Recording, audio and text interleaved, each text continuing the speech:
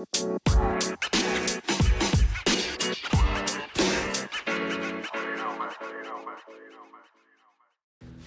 right, welcome back to the podcast. Welcome back to Tomboy Official. Here on this podcast, we talk about gender and sexuality, and mostly that's what we talk about. Usually from, an LGBTQ plus cultural perspective. And so here we go. I guess this topic for today, on the topic of adult entertainment, I think maybe the best place to start is really talking about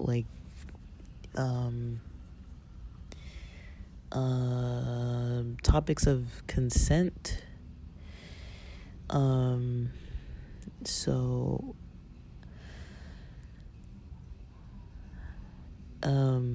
Sorry. Wow, there's somebody out there in the traffic. I'm hearing traffic. How people stop at the light because we live by a light, and there's somebody totally rocking out to a metal song. So I'm trying to hear what the song is. I can't really make it out. All I can hear is the guitar solo. I don't think it's a song I know. But anyways, I like metal. If you don't know that, I do. But yeah. So when it comes to topics like consent, I kind of wanted to I'm not gonna be calling out people, but I do think it is a topic that's important with adult entertainment related topics or content. I would even consider even topics like this on this podcast or YouTubers, even if people are keeping their clothes on and they're just talking about sexuality in general and that kind of thing, I would still consider that a form of adult entertainment, even though it's not maybe what people typically would think of. And I'm not picking on Sam Pepper, but I remember way back, this was years ago, he used to post these videos where he would go out, it was kind of like prank videos, but he used to have these pranks where he was kissing people in public, just strangers. He would just go up and kiss somebody or something like that, and post it on the internet and see how people were reacting in real time to him kissing them or whatever. I mean, he had a lot of other content that wasn't on that level, but I know people got very upset with him. I think he was the first person that I saw get canceled, and people just weren't consuming his content anymore because they're he's taking it too far, so they didn't want to support him anymore. And that's the first thing that I noticed, because you don't know these people. You don't know what they've been through or what, if they want you kissing them or what. Some people just shrug it off. They're going to be like, haha, funny, But then, I mean, it's not really okay to be just doing that. And so people were saying, yeah, it seems like it's an innocent thing and he is doing it for comedy and for jokes and for laughs. But also it's you have to look at the other side of things. Not everybody's going to want you kissing them. They're just trying to go get their groceries, out in front of the market, putting the cart away or whatever. They're not trying to have some random guy come up and kiss them, and then to post it all over the internet on top of that. So, that was, I'm not trying to take it the negative route necessarily, but, yeah, I mean, some things you can't really say a positive thing about it too much, and then there's also something I came across recently, where there was this, I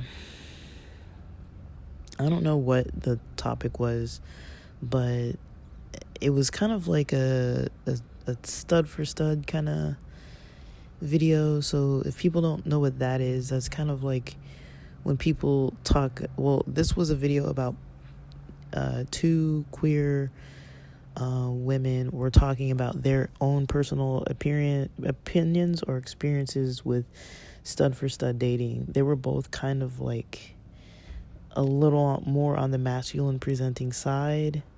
One maybe more so than the other, at least from that video. And then I don't remember the channel's name. I think I do, but I'm not even gonna say it. But they were basically talking about this.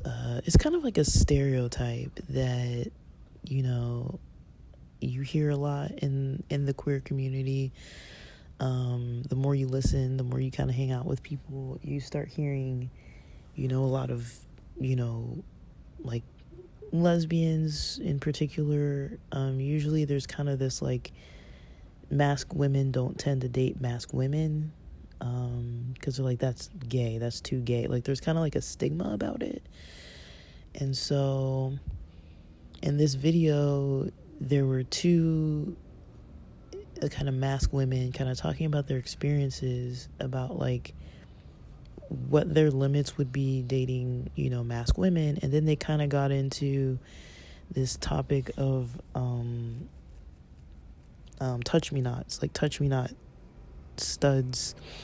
I don't know if they talked about like any femmes, but I know that there is this category of people who are touch me nots. So what that means, it basically means, oh no, sorry, damage control.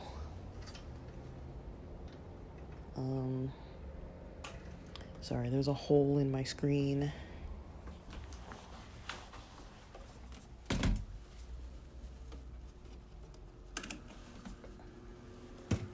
Sorry, there's a hole in my screen, and there was a bee trying to get in to my window. I don't think I need a bee in the house right now. So yeah, so anyways, so what a touch me not is. A touch me not is usually, I mean, there's variation, but usually when you hear that, it's usually a female. It's usually someone who's like a stud or a butch. Usually someone who is kind of more, usually pretty much on the top, you know, it's like a top. And they would label themselves as touch me not, meaning they don't like to be touched sexually while they're interacting sexually with another person. So usually that just like assumes that they would be a top, because like they're the ones who would be exclusively doing things to another person. And you know, some people like that, you know, if they're like, you know, not wanting to be touching somebody, you know, that dynamic can work really well. But I've seen this topic come up a lot, where there will be people saying, you know, there is that kind of like, I can't date a touch me not because, you know, I want to be kind of physically involved with the other person. And that makes sense, you know. It almost makes sense to like, okay, don't go into that, you know, relationship in a physical way if you feel like you can't really, you know, follow their boundaries. And someone being a touch me not, there's not really a clear one reason why someone might be a touch me not. Sometimes it's just a preference in general. Sometimes there's like maybe like dysphoria of some sort, or sometimes there's like, you know, maybe it's like a you know, sometimes there's like a history of maybe like abuse or something. I don't know the percentages on like why someone's a touch me not, but it is a form of a preference. And it is a form of a boundary as well. And so, you know, there was kind of like a discussion about like touch me nots, and like how one of these people was kind of like almost saying like that they had a relationship with a touch me not person, where they the way they were describing it is almost like they were kind of encroaching on those boundaries, trying to see what they could get away with. But there didn't seem to be like a discussion about this. It was just like, okay, like when we're in the bedroom, I'm going to be doing this. And then if the other person's like, no, and then they're like, well, let me just try this other thing that's kind of like that. It's like, it was kind of cringy, honestly. But I don't really know exactly the whole conversation surrounding it. But all that to say, consent's definitely an important thing. If you're not, if you're doing something against somebody's consent and boundaries, then that is harassment. And so let's just be real. Some people want to be like, oh, it's not. Yes, it is. It is. So, as long as people are on the same page, and, things happen, people might be, there are so many different things that can happen, where it's like accidental, and that's kind of like different.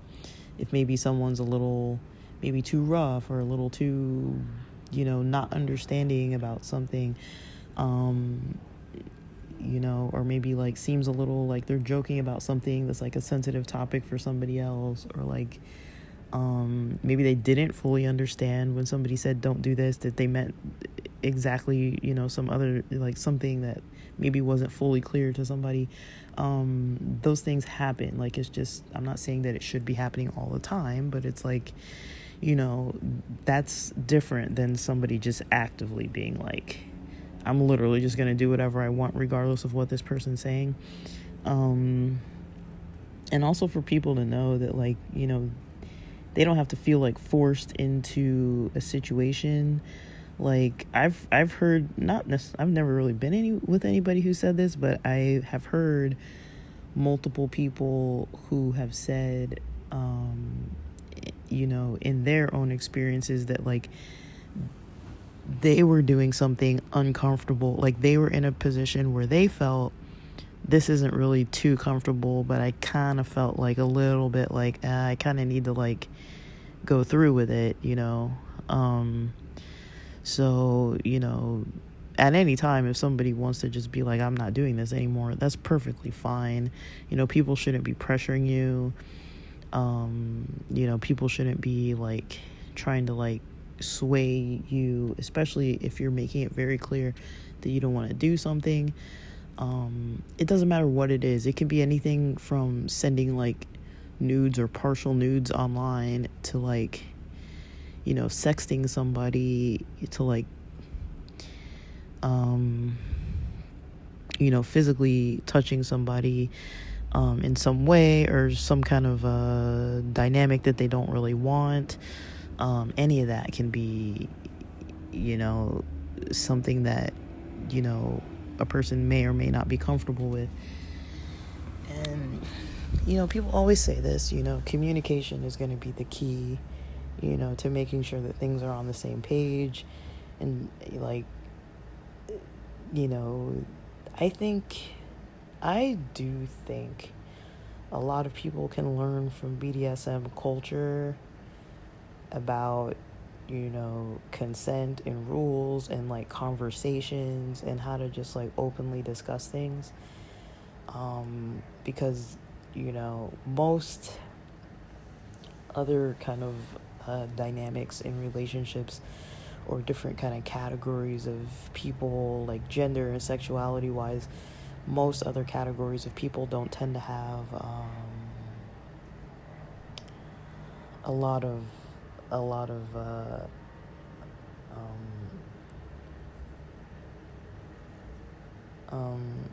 like rules around conversation, like in the BDSM culture there are rules around conversation. Like, you're not just gonna like show up and everybody just start doing whatever you're gonna do. Like, you don't really know what somebody wants from you or whatever. Like, like, you're gonna have to talk about that. Like, you have to. Like, there's no way around it, and you have to get good at talking about it, or else you're gonna find yourself in a lot of situations where you're gonna be doing the wrong thing, and people are gonna be getting pissed at you, or people are gonna be doing things to you that you don't really want them doing. And so it's like, just to avoid it, just get good at talking about it.